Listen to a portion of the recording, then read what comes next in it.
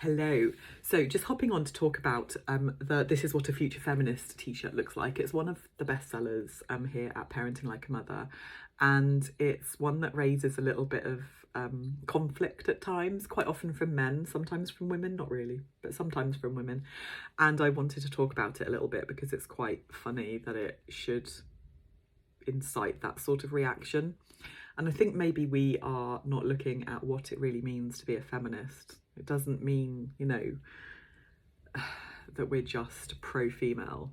That's not the case. So let's have a little recap, shall we? So I found this lovely book on the world's largest bookstore, F is for Feminism by Ladybird. Kind of wish I should stock it. Should I stock it? Maybe I'll find out. And I really love this book. I don't know what I was expecting, but I wasn't expecting it to be so bloomin' beautiful. And it's a lovely alphabet book, which I bought for my 3-year-old boy at the time of filming this. And actually it's been probably better for my 5-year-old because he's really been asking all the questions. So, we have A is for activism, B is for brain power. How cool is that? All the values in here are so good. Like O is for opportunity and P is for persistence. And look at the illustrations. They're amazing. Any case, we're here to talk about F is for feminism. So F is for feminism, and that means, are we paying attention? Fighting for equality between girls, boys, and everyone. You heard it here first.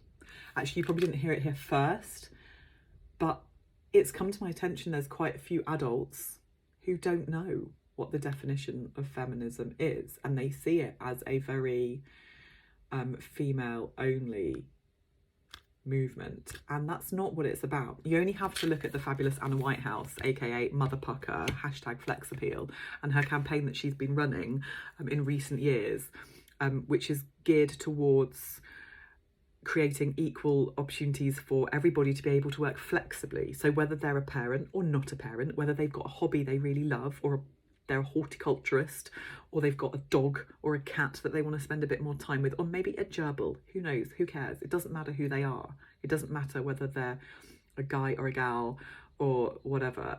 She's campaigning for flexible working. Now, here's hoping, hey, that COVID has moved us on a little bit, because we've had to do it, and employers have had to see that, oh, actually people are quite trustworthy. Wow. And maybe if they're not trustworthy, maybe we should either do something to change that, or perhaps we just shouldn't have them on our team if we can't trust them, because what's the point? So I think looking at feminism in the way that maybe Anna Whitehouse contributes to that movement is really what it's all about. So, there is a disparity between equality between men and women, and I think it was actually in one of her posts I looked at just yesterday, where she had said that there's still, she stated, and well researched is Anna Whitehouse, that she knows her stuff, that there is still in 2021 a 15+% difference, kind of gender pay gap between men and women, obviously in favour of men, and that's still quite a lot. That's a lot.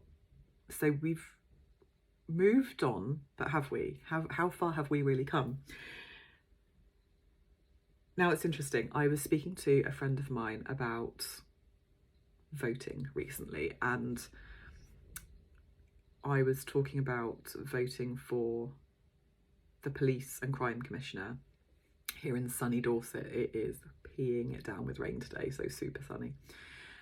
And they said to me that they weren't going to vote because it was just the Police and Crime Commissioner. And I thought about, events that might happen in your life, things that might be going on across the county for families and individuals everywhere. And I wonder if the reports that we see of things going on, shit going down, whether the support for women would be better if this Police and Crime Commissioner were already in play.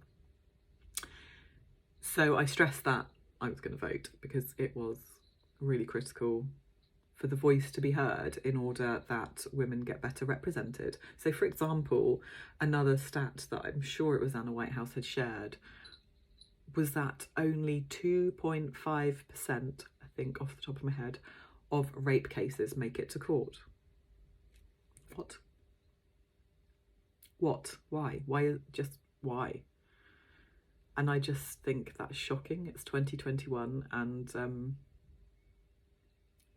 that's shocking. So I think it really shows that women and their voices are not being heard as they should be as yet in this day and age. And we need to just try a bit harder. So back to the conversation with the friend. They didn't feel it was relevant for them. And that's cool. However, they're raising 2 young women. So it is relevant. If you're a parent, it's relevant. If you're a human, it's relevant. It's relevant. Full stop.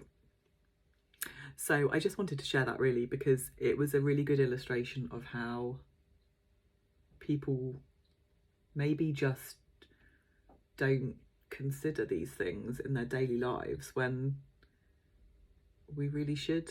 It's really important. And feminism is about equality for everybody and inclusion. We're pro diversity here, we're pro inclusion, we're pro everyone, pro people, pro human. And that's really the message. Oh, heavy one. Anyway, something to have a little think about. So if you want to pop over and take a look at This Is What a Future Feminist t-shirt looks like, is that what we came here for? I think it is. Then please hop over to parentinglikeamother.co.uk. I'd love to see you there. And I'd love to have all your shares across our Instagram and Facebook pages because it's great to see the little ones rocking their Future Feminist t-shirts. Any comments? Please feel free to DM me, pop them over. I'd love to hear. Good, bad or indifferent. Let's see what you got. Right, have a wonderful day. Go and do something lighter and fluffier now, and kick back, grab a coffee and enjoy the rest of your day, and I will see you soon. Take care.